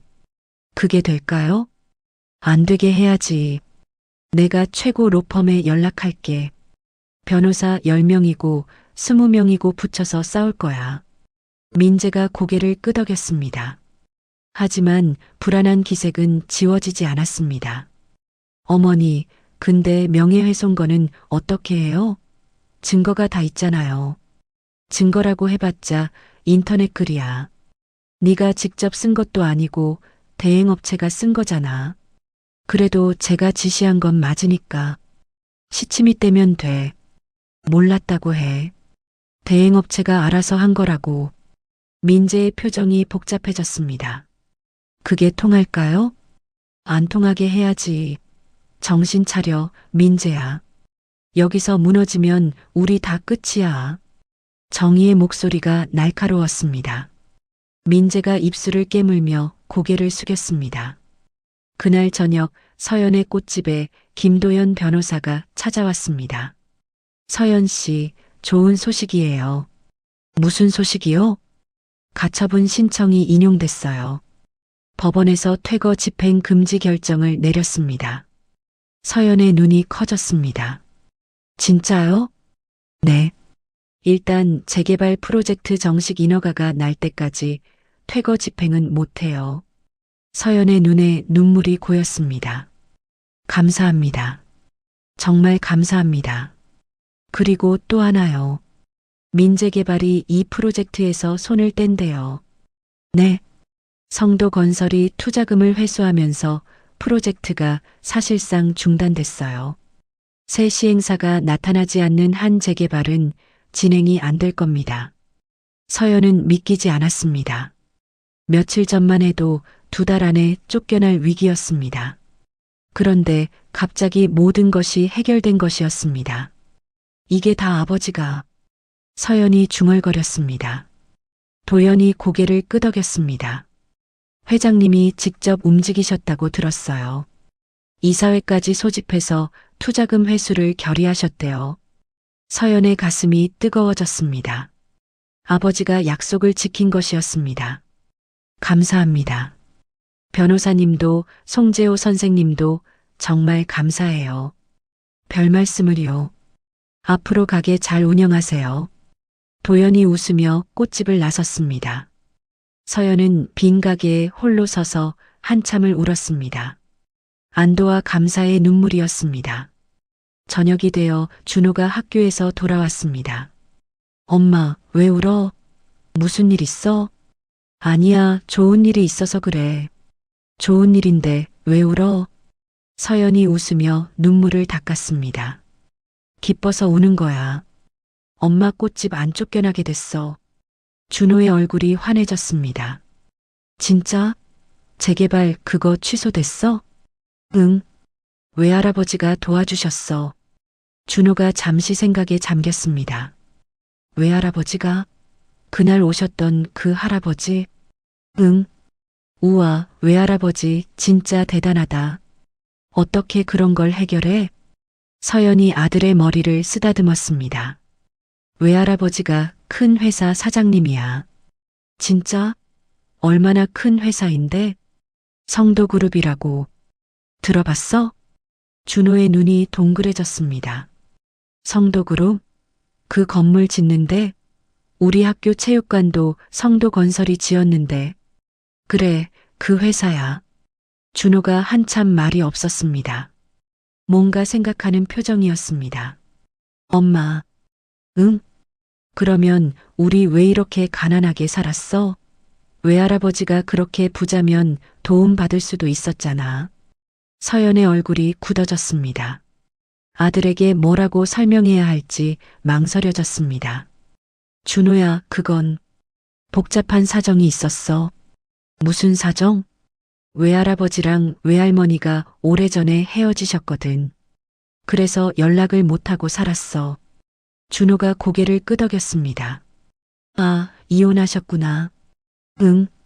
근데 그건 외할아버지 잘못만은 아니야. 여러 가지 사정이 있었어. 알았어, 엄마. 더 안 물어볼게. 준호가 밝게 웃었습니다. 중요한 건 지금이잖아. 외할아버지가 이제 우리 도와주시는 거니까 됐지. 서연은 아들의 긍정적인 모습에 마음이 놓였습니다. 17년간 힘들게 키웠지만 이렇게 바르게 자라줘서 감사했습니다. 엄마, 나 외할아버지한테 전화하고 싶은데 고맙다고 말씀드리고 싶어.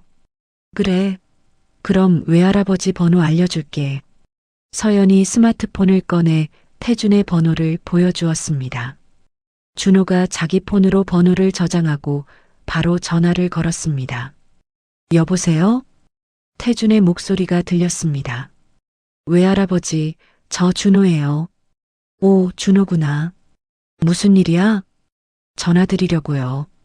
우리 엄마 꽃집 지켜주셔서 감사해요. 전화기 너머로 잠시 침묵이 흘렀습니다. 고맙긴 원래 외할아버지가 했어야 할 일이야. 그래도요. 엄마가 얼마나 걱정했는지 몰라요. 밤마다 한숨만 쉬고 그랬거든요. 태준의 목소리가 살짝 떨렸습니다. 그랬구나. 외할아버지가 많이 늦었지? 괜찮아요. 이제부터 자주 보면 되잖아요. 준호의 밝은 목소리에 태준이 웃음을 터뜨렸습니다. 그래, 자주 보자. 준호야, 이번 주말에 시간 있어? 주말이요? 네, 있어요. 그럼 외할아버지가 맛있는 거 사줄게.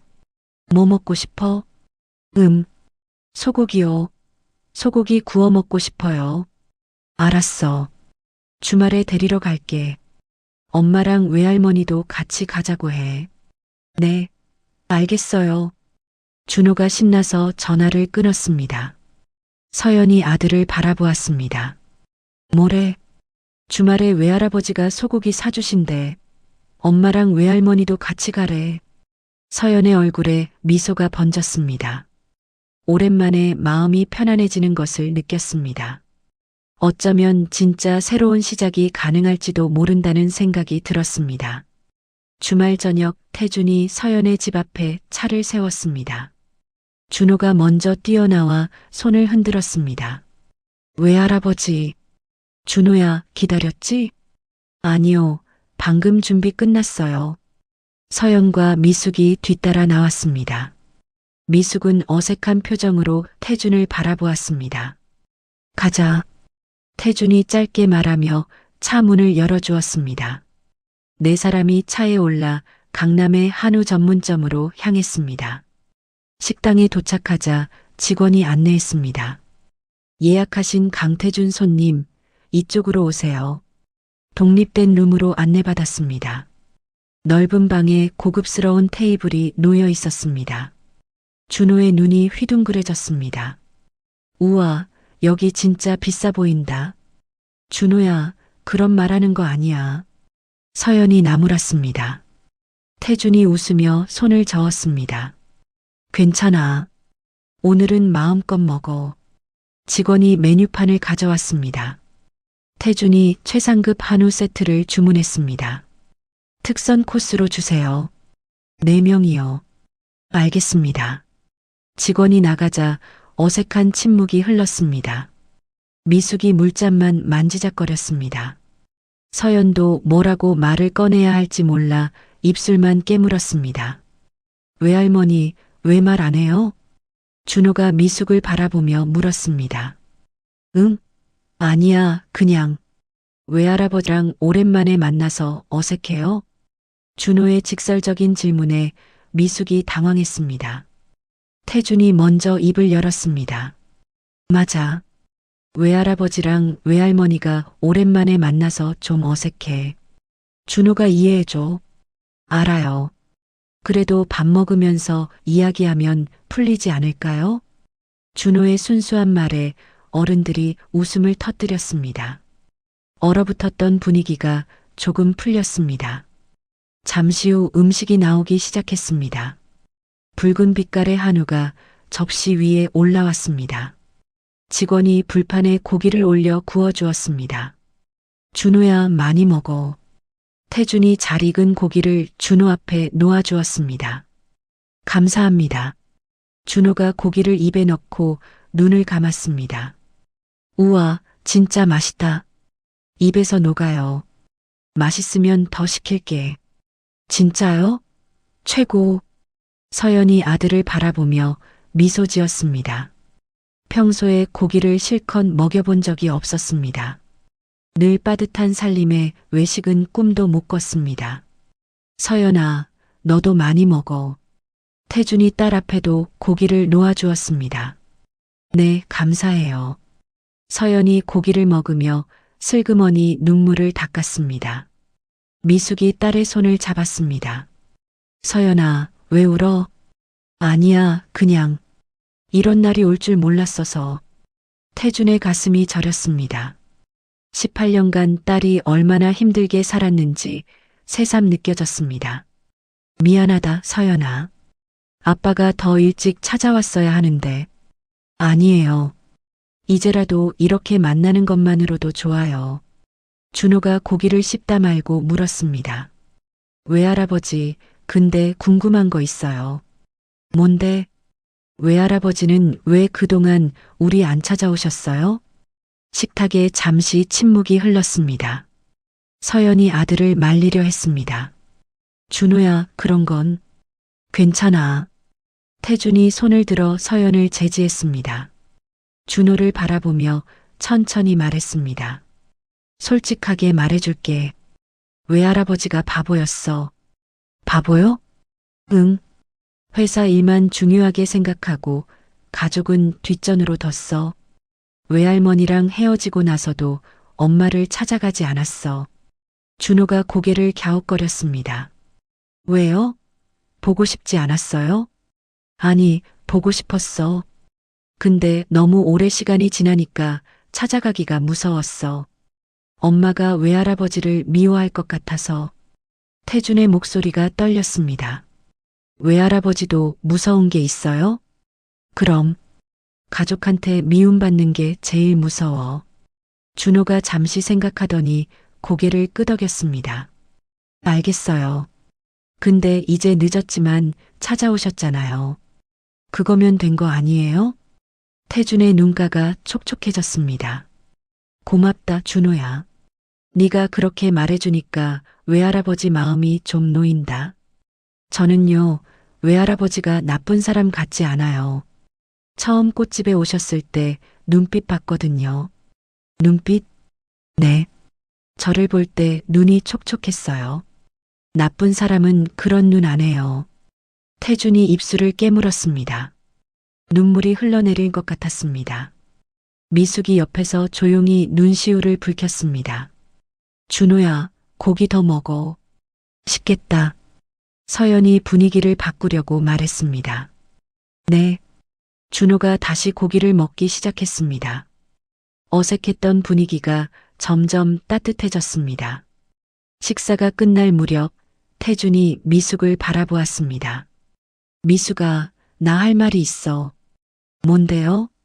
병원 다시 가봐. 이번에 쓰러졌을 때 관상동맥 질환이 있다고 했잖아. 정밀 검사 받아봐야 해. 괜찮아요. 별거 아니래요. 별거 아닌 게 어딨어. 내가 아는 심장 전문에 소개해 줄게. 제대로 검사 받아. 미숙이 고개를 저었습니다. 됐어요. 돈도 많이 들 테고. 돈 걱정하지 마. 내가 다 낼 테니까. 그건 부담 갖지 마. 18년 동안 못 해준 거 생각하면 이 정도는 아무것도 아니야. 미숙이 입술을 깨물었습니다. 서연이 어머니의 손을 잡았습니다. 엄마, 아버지 말씀대로 해. 건강이 제일 중요해. 그래요, 외할머니. 아프면 안 돼요. 준호도 거들었습니다. 미숙이 한숨을 내쉬었습니다. 알았어요. 그럼 한번 가볼게요. 태준의 얼굴에 안도감이 번졌습니다. 고마워. 내일 비서한테 시켜서 예약 잡아줄게. 식사를 마치고 식당을 나섰습니다. 밤 공기가 차가웠습니다. 준호가 기지개를 켜며 말했습니다. 아, 배부르다. 오늘 최고였어요, 외할아버지. 다음에 또 오자. 진짜요? 약속? 준호가 새끼손가락을 내밀었습니다. 태준이 웃으며 손가락을 걸었습니다. 약속? 차에 오르기 전 태준이 서연에게 말했습니다. 서연아, 꽃집 운영하는데 어려운 거 있으면 말해. 뭐든 도와줄게. 괜찮아요. 이제 퇴거 걱정 없으니까 잘할 수 있어요. 그래도 혹시 모르니까 필요한 거 있으면 꼭 연락해. 네, 고마워요, 아버지. 태준의 가슴이 따뜻해졌습니다. 딸이 자연스럽게 아버지라고 부르는 것이 아직도 익숙하지 않았습니다. 하지만 그 한마디가 세상에서 가장 큰 선물 같았습니다. 차에 올라 집으로 향하는 동안 준호는 뒷좌석에서 골아떨어졌습니다. 배가 불러서 졸음이 쏟아진 것이었습니다. 저 녀석 벌써 잠들었네. 서연이 웃으며 말했습니다. 태준이 백미러로 준호를 바라보았습니다. 참 좋은 아이야. 서연아, 네가 잘 키웠어. 혼자 키우느라 많이 부족했는데 그래도 저렇게 밝게 자라줘서 다행이에요. 미숙이 창밖을 바라보며 조용히 말했습니다. 서연이가 정말 고생 많았어요. 준호 어릴 때 밤새 울면 업고 나가서 달래고 아프면 병원 뛰어다니고. 엄마, 그런 얘기 왜 해요? 아니, 태준 씨가 알아야지. 서연이가 얼마나 힘들게 살았는지. 태준의 손이 핸들 위에서 떨렸습니다. 미안해. 정말 미안해. 이제 됐어요. 지난 일 자꾸 얘기해봤자 뭐해요. 미숙이 창밖으로 시선을 돌렸습니다. 차 안에 잠시 침묵이 흘렀습니다. 서연의 집 앞에 도착했습니다. 태준이 차에서 내려 문을 열어주었습니다. 들어가. 네. 오늘 감사했어요. 서연이 잠든 준호를 깨웠습니다. 준호야, 일어나. 집 왔어. 벌써? 준호가 눈을 비비며 일어났습니다. 차에서 내리다가 태준을 보고 손을 흔들었습니다. 외할아버지, 다음에 또 봐요. 그래, 준호야. 잘 자. 미숙이 마지막으로 차에서 내렸습니다. 태준과 눈이 마주쳤습니다. 오늘 고마웠어요. 미숙이 작은 목소리로 말했습니다. 나야말로 고마워. 와줘서. 미숙이 고개를 끄덕이고 돌아섰습니다. 세 사람이 아파트 안으로 들어가는 것을 태준은 한참 동안 바라보았습니다. 차에 올라 호텔로 돌아가는 길, 태준의 눈가에 눈물이 흘렀습니다. 오랜만에 느껴보는 가족의 온기였습니다. 잃어버린 18년은 되돌릴 수 없었습니다. 하지만 오늘 같은 날이 계속된다면 조금씩 회복할 수 있을 것 같았습니다. 반드시 지켜야 해. 이번에는. 태준이 낮게 다짐하며 어둠 속으로 차를 몰았습니다. 며칠 후 미숙은 태준이 소개해준 심장 전문의를 찾아갔습니다. 서울대학교병원 심장혈관센터였습니다. 서연이 어머니를 부축하며 함께 들어갔습니다. 윤미숙 환자분, 들어오세요. 간호사의 안내에 따라 진료실로 들어갔습니다. 담당 의사는 50대 중반의 온화한 인상이었습니다. 안녕하세요. 강 회장님께서 미리 연락을 주셨어요. 정밀 검사 결과를 말씀드릴게요. 의사가 모니터를 가리켰습니다. 심장 영상이 떠 있었습니다. 관상동맥에 협착이 보입니다. 지금 당장 위험한 수준은 아니지만 관리가 필요해요. 미숙의 얼굴이 굳어졌습니다. 관리라면 어떻게 해야 하나요? 약물 치료를 병행하면서 정기적으로 검사를 받으셔야 해요. 스트레스를 피하시고 식이 조절도 중요합니다. 서연이 걱정스러운 표정으로 물었습니다. 수술은 안 해도 되는 건가요? 지금은 약물로 충분히 관리할 수 있어요. 다만 상태가 악화되면 스텐트 시술이 필요할 수도 있습니다. 미숙이 한숨을 내쉬었습니다. 알겠습니다. 약 처방해 주세요. 진료를 마치고 병원을 나서는데 서연의 전화가 울렸습니다. 꽃집 직원 정민이었습니다. 사장님, 죄송한데 오늘 오후 배달 건이 좀 많아요. 혼자서는 힘들 것 같은데. 알았어. 내가 빨리 갈게. 서연이 전화를 끊고 미숙을 바라보았습니다. 엄마, 나 가게 가봐야 해. 집에 혼자 갈 수 있어? 그럼 걱정 마. 나 혼자 못 갈 것 같아? 그래도 빨리 가. 가게 일이 중요하지. 서연이 망설이다 고개를 끄덕였습니다. 그럼 집에 가서 푹 쉬어. 저녁에 내가 맛있는 거 사갈게. 알았어. 조심해서 가. 서연이 택시를 잡아 미숙을 태워보냈습니다. 그리고 지하철을 타고 꽃집으로 향했습니다. 꽃집에 도착하니 정민이 분주하게 움직이고 있었습니다. 테이블 위에 주문서가 수북이 쌓여 있었습니다. 사장님 오셨어요? 오늘 웨딩 시즌이라 주문이 폭주했어요. 알았어. 내가 포장할 테니까 정민 씨는 배달 먼저 나가. 네. 정민이 준비된 꽃 상자를 들고 나갔습니다. 서연은 앞치마를 두르고 작업에 들어갔습니다.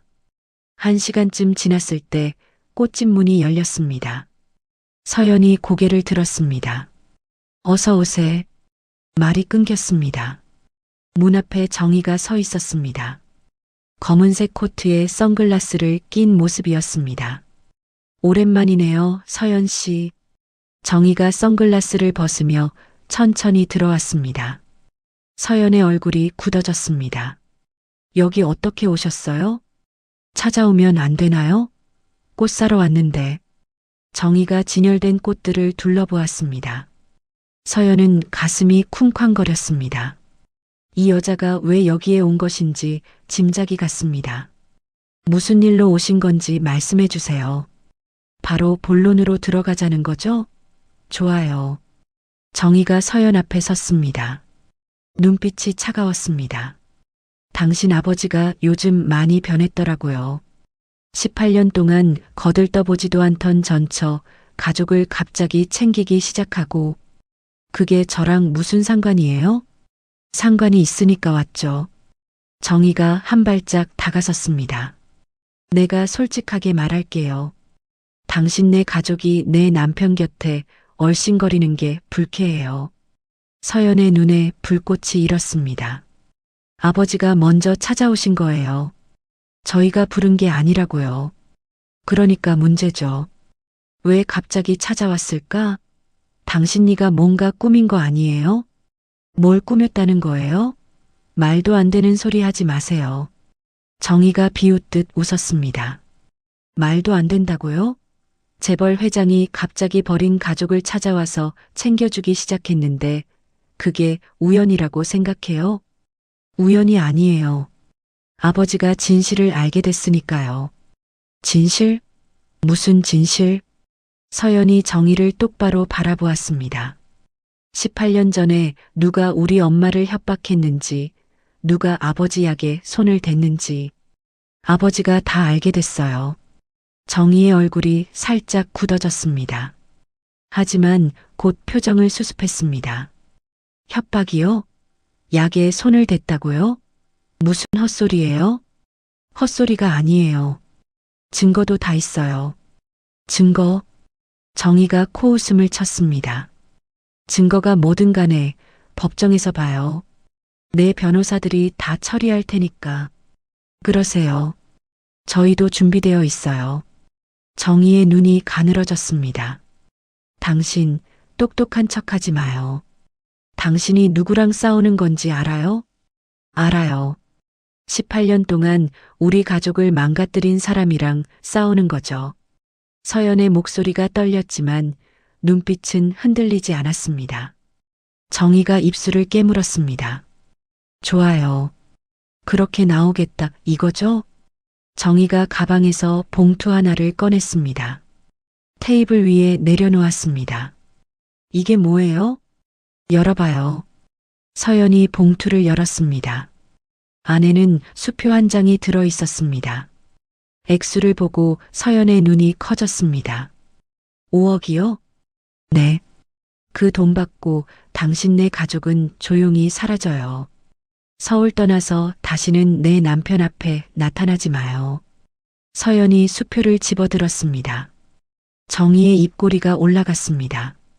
역시 돈 앞에서는 찢어지는 소리가 났습니다. 서연이 수표를 두 조각으로 찢어버렸습니다. 미쳤어요? 정희가 소리쳤습니다. 가져가세요. 저희는 돈 따위에 움직이지 않아요. 당신 지금 뭘 하는 거야? 5억이야, 5억. 5억이든 50억이든 상관없어요. 저희 가족은 팔 물건이 아니에요. 서연이 찢어진 수표를 정희 앞에 내밀었습니다. 정희의 얼굴이 불그락푸르락해졌습니다. 후회할 거예요. 두고 봐요. 정희가 이를 악물며 꽃집을 나갔습니다. 문이 쾅 닫혔습니다. 서연은 그 자리에 주저앉았습니다. 다리에 힘이 풀렸습니다. 손이 떨렸습니다. 괜찮아. 잘했어. 잘한 거야. 서연이 스스로를 다독였습니다. 저녁 무렵 정민이 배달을 마치고 돌아왔습니다. 사장님 다녀왔.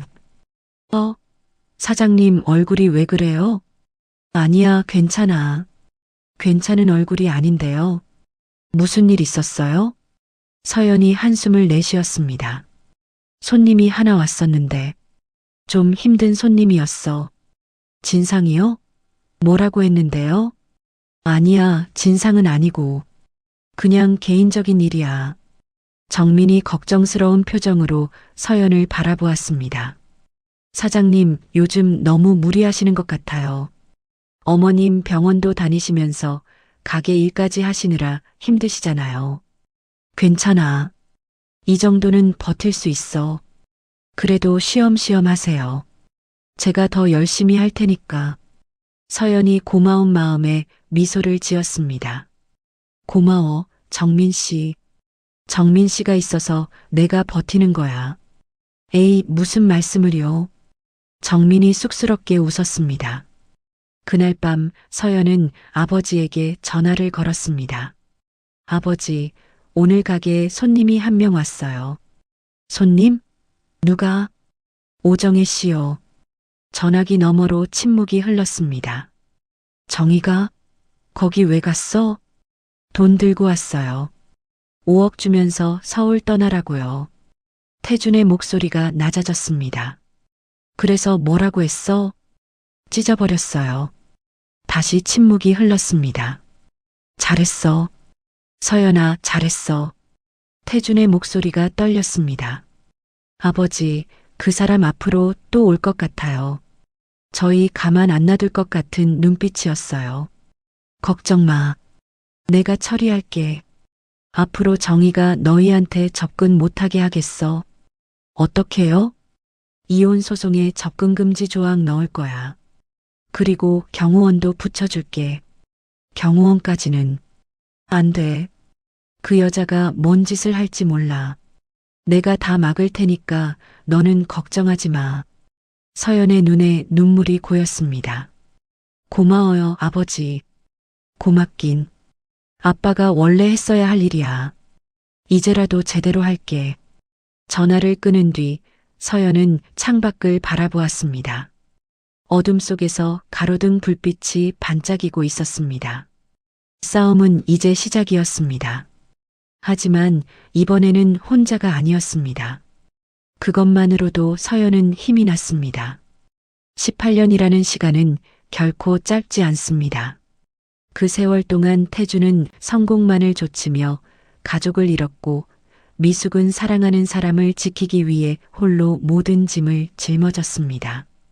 서연은 아버지 없이 아이를 키우며 꽃집을 일궈냈고 준호는 그런 어머니 곁에서 밝고 바르게 자라났습니다. 돌이켜보면 모든 비극의 시작은 진실을 말하지 못한 것이었습니다.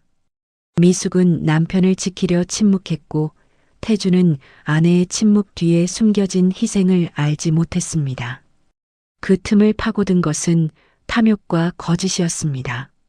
하지만 늦었다고 생각할 때가 가장 빠른 때라고 했습니다. 태주는 남은 시간 동안 가족을 지키기로 결심했고 서연은 아버지에게 다시 한번 기회를 주었습니다. 찢어버린 5억짜리 수표는 돈으로 살 수 없는 것이 있다는 것을 보여주었습니다.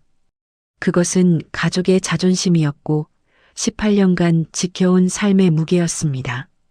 아직 싸움은 끝나지 않았습니다. 정의와 민재의 반격이 남아있고 법정에서의 다툼도 계속될 것입니다. 하지만 이제 서연은 혼자가 아닙니다. 늦게나마 돌아온 아버지가 곁에 있고 든든한 아들 준호가 있습니다. 그리고 18년간 묵묵히 딸을 키워온 어머니 미숙이 있습니다. 가족이란 완벽하지 않아도 됩니다. 상처가 있어도 빈 시간이 있어도 다시 손을 잡을 수 있다면 그것으로 충분합니다. 태준과 미숙, 서연과 준호의 이야기가 여러분의 마음에 작은 울림이 되었기를 바랍니다. 이야기를 끝까지 들어주신 분이 계시다면 잘 들었다고 댓글 하나만 남겨주세요. 감사합니다.